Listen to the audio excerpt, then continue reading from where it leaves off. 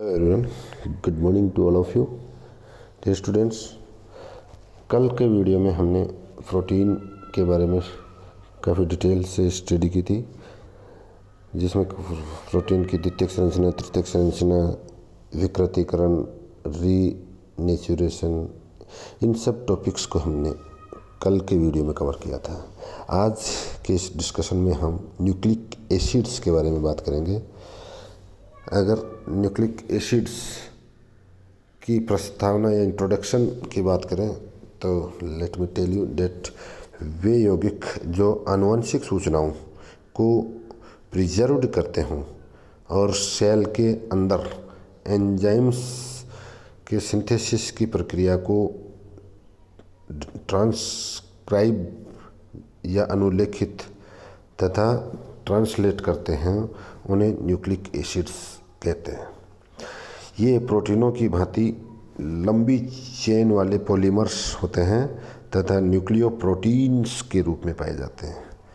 Nucleic अम्ल और protein से मिलकर बने कंपाउंड न्यूक्लियोप्रोटीन्स कहलाते हैं, जो सावधानी से हाइड्रोलाइज या जल अपघटित कराने पर न्यूक्लिक अम्ल तथा प्रोटीन में डिवाइड हो जाते हैं। डियर स्टूडेंट्स, न्यूक्लिक एसिड्स दो प्रकार के होते हैं, एक डीएनए तथा दूसरा आरएनए। जो डीएनए होता है उसे हम डीऑक्सीराइबोज न्यूक्लिक एसिड कहते हैं, जबकि आरएनए को हम राइबो न्यूक्लिक एसिड्स कहते हैं। ये डीएनए कोशिकाओं के न्यूक्लियस में पाए जाते हैं, जबकि आरएनए कोशिकाओं के साइटोप्लाज्म या कोशिका द्रव्य में पाए जाते हैं। ये स्टूडेंट्स, अगर एसिड की स्ट्रक्चर की बात की जाए तो प्राइमरी संरचना के रूप में अगर हम इसे देखें तो न्यूक्लिक अम्ल रंगहीन ठोस होते हैं, जो मिल्ड कंडीशंस में हाइड्रोलाइज होकर न्यूक्लियोटाइड्स देते हैं। ये पुनः हाइड्रोलाइज होकर फास्फोरिक अम्ल के निष्कासन के साथ न्यूक्लियोसाइड बनाते हैं। अतः न्यूक्लियोटाइड न्यूक्लियोसाइड के फास्फेट एस्टर होते हैं। न्यूक्लियोसाइड अकार्बनिक अम्लों की उपस्थिति में जल अपघटित होकर शर्करा व क्षार बनाते हैं। सिंपली क्षार और शर्करा मिलकर न्यूक्लियोसाइड बनाते हैं, जो न्यूक्लियोसाइड फास्फोरिक अम्ल के साथ जुड़कर न्यूक्लियोटाइड बनाते हैं, और पॉलीन्यूक्लियोटाइड्स को ही हम न्यूक्लिक एसिड कहते हैं। इस प्रकार न्यूक्लिक एसिड्स के फंडामेंटल बिल्डिंग बोन्स या कंपोनेंट्स जो हैं इसके, वो तीन होते हैं, एक क्षारक, एक शर्करा और फास्फोरिक अम्ल। इस प्रकार न्यूक्लिक अम्ल पूर्ण जलापघटन पर निम्न तीन प्रकार के यौगिक देते हैं, जो कि हम हमारी स्क्रीन पर देख सकते हैं। पहला है फास्फोरिक अम्ल, सेकंड इज शर्करा, जो राइबोज अथवा डीऑक्सीराइबोज दोनों में से कोई एक होती है। राइबोज शर्करा आरएनए में होती है और डीऑक्सीराइबोज शर्करा अगर है तो न्यूक्लिक अम्ल डीएनए होगा। थर्ड कंपोनेंट इज कार्बनिक क्षार होते हैं, ये प्यूरीन अथवा पिरिमिडीन वर्ग के होते हैं। इन तीनों कंपोनेंट्स के अगर फार्मूलाज की बात की जाए तो इनके स्ट्रक्चर फार्मूलाज हमारी स्क्रीन पर हम देख सकते हैं। H3PO4 फास्फोरिक अम्ल है, राइबोज शर्करा इस प्रकार से ड्रॉ की जा सकती है, और डीऑक्सीराइबोज जिसमें कार्बन नंबर 2 पर ऑक्सीजन हटी हुई है। इस प्रकार राइबोज और डीऑक्सीराइबोज शर्करा में सिर्फ कार्बन नंबर 2 की पोजीशन में अंतर है।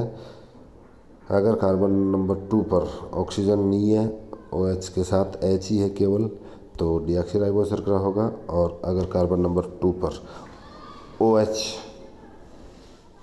समूह है तो वो राइबोज शर्करा होगी। ये स्टूडेंट्स, कार्बनिक क्षार के दो वर्ग होते हैं, जैसे अभी हमने बात की, ये हैं प्यूरीन और पिरिमिडीन। प्यूरीन बेसेज में एडेनिन, गुआनिन होते हैं, जबकि पिरिमिडीन क्षारों में यूरेसिल, थाइमीन व साइटोसिन मुख्य रूप से होते हैं। प्यूरिन वर्ग के एडेनिन और गुआनिन क्षार के स्ट्रक्चर फॉर्मूला हम स्क्रीन पर दिए गए अनुसार ड्रॉ कर सकते हैं। इसी प्रकार पिरिमिडीन वर्ग के जो यूरेसिल, थाइमीन और साइटोसिन क्षार हैं, ये भी इस स्क्रीन पर हम दिए गए अनुसार ड्रॉ कर सकते हैं। यहाँ इम्पोर्टेंट बात यह है डियर स्टूडेंट्स कि प्यूरिन वर्ग के क्षारों में डबल रिंग वाली स्ट्रक्चर होती है, जबकि पिरिमिडीन क्षारों में स्ट्रक्चर सिंगल रिंग वाली होती है। शर्करा की प्रकृति के आधार पर न्यूक्लिक अम्लों को दो भागों में हमने बांटा है, जैसे जिसको राइबोज न्यूक्लिक एसिड अथवा RNA and deoxyribo nucleic acid या डीएनए के नाम से हम जानते हैं। दोनों ही प्रकार के न्यूक्लिक अम्लों में प्यूरिन के रूप में एडेनिन और गुआनिन पाई जाएगी, जबकि आरएनए में पिरिमिडीन के रूप में यूरेसिल व साइटोसिन तथा डीएनए में थाइमीन व साइटोसिन पाई जाती है। तो डीएनए में थाइमीन पिरिमिडीन वर्ग का क्षार होगा, जबकि आरएनए में पिरिमिडीन वर्ग का थाइमीन की जगह यूरेसिल क्षार पाया जाता है। डियर स्टूडेंट, डीएनए की अगर स्ट्रक्चर की बात करें तो फास्फोरिक अम्ल और डीऑक्सीराइबोज शर्करा होगी। कार्बनिक क्षार जिसमें प्यूरिन और पिरिमिडीन वर्ग के हैं, प्यूरिन वर्ग के एडेनिन और गुआनिन होंगे, जबकि पिरिमिडीन वर्ग के थाइमीन और साइटोसिन होंगे।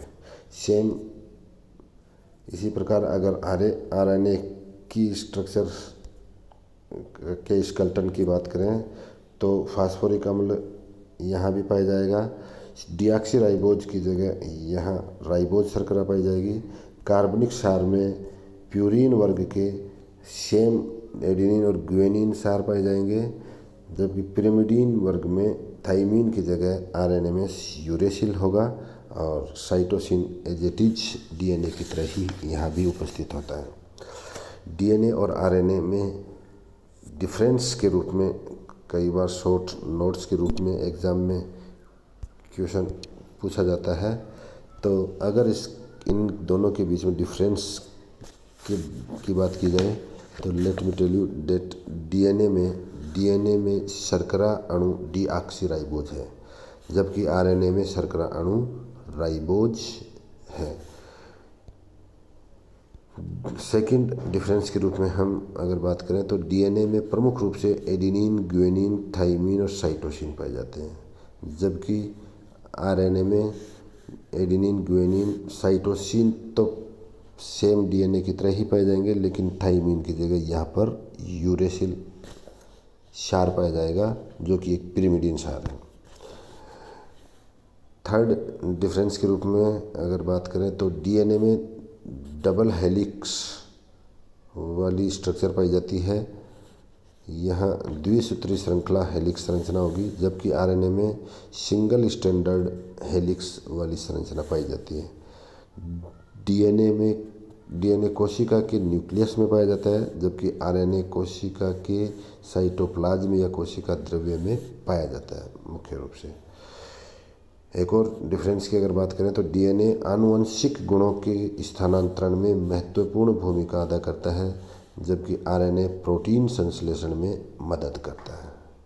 डियर स्टूडेंट्स, न्यूक्लियोसाइड और न्यूक्लियोटाइड के रूप में अगर हमने अभी डिस्कस भी किया था कि इसकी डिटेल में अगर बात करें तो न्यूक्लियोसाइड शर्करा और क्षार से मिलकर बनी संरचनात्मक इकाई को न्यूक्लियोसाइड कहते हैं, और न्यूक्लियोसाइड में फास्फोरिक अम्ल जुड़ने के बाद में जो संरचनात्मक घटक न्यूक्लिक अम्ल का प्राप्त होता है उसे हम न्यूक्लियोटाइड कहते हैं। एक क्षार और शर्करा से बनी इकाई को न्यूक्लियोसाइड तथा क्षार, शर्करा और फास्फोरिक अम्ल तीनों से मिलकर बनी इकाई को हम न्यूक्लियोटाइड कहते हैं। न्यूक्लियोटाइड न्यूक्लिक अम्ल के मोनोमर्स या एकलक होते हैं। न्यूक्लियोसाइड कार्बनिक क्षार, शर्करा के युग्मन से बनते हैं, जैसे एडिनोसिन। ये एक न्यूक्लियोसाइड है जो राइबोज व एडिनिन तथा ग्वेनोसिन जो कि राइबोज व ग्वेनिन से मिलकर बना होता है। डियर स्टूडेंट्स, न्यूक्लियोटाइड जैसा कि हमने अभी बात की थी, फास्फोरिक अम्ल व न्यूक्लियोसाइड के संयोजन से न्यूक्लियोटाइड बनते हैं। अतः न्यूक्लियोटाइड न्यूक्लियोसाइड के फास्फेट एस्टर होते हैं, जैसे एडिनाइलिक अम्ल या ग्वेनाइलिक अम्ल आदि। न्यूक्लियोटाइड जीवित निकायों या लिविंग सिस्टम्स में ऊर्जा स्टोरेज और मेटाबॉलिज्म में काम आते हैं। एटीपी इसका एक विशिष्ट एग्जाम्पल के रूप में लिया जा सकता है, जिसे हम एडिनोसिन ट्राइफॉस्फेट कहते हैं। न्यूक्लियोटाइड न्यूक्लिक अम्ल के मोनोमर के साथ साथ इसके बिल्डिंग ब्लॉक्स भी कहलाते हैं तथा इन्हें पॉलीन्यूक्लियोटाइड्स भी कहते हैं।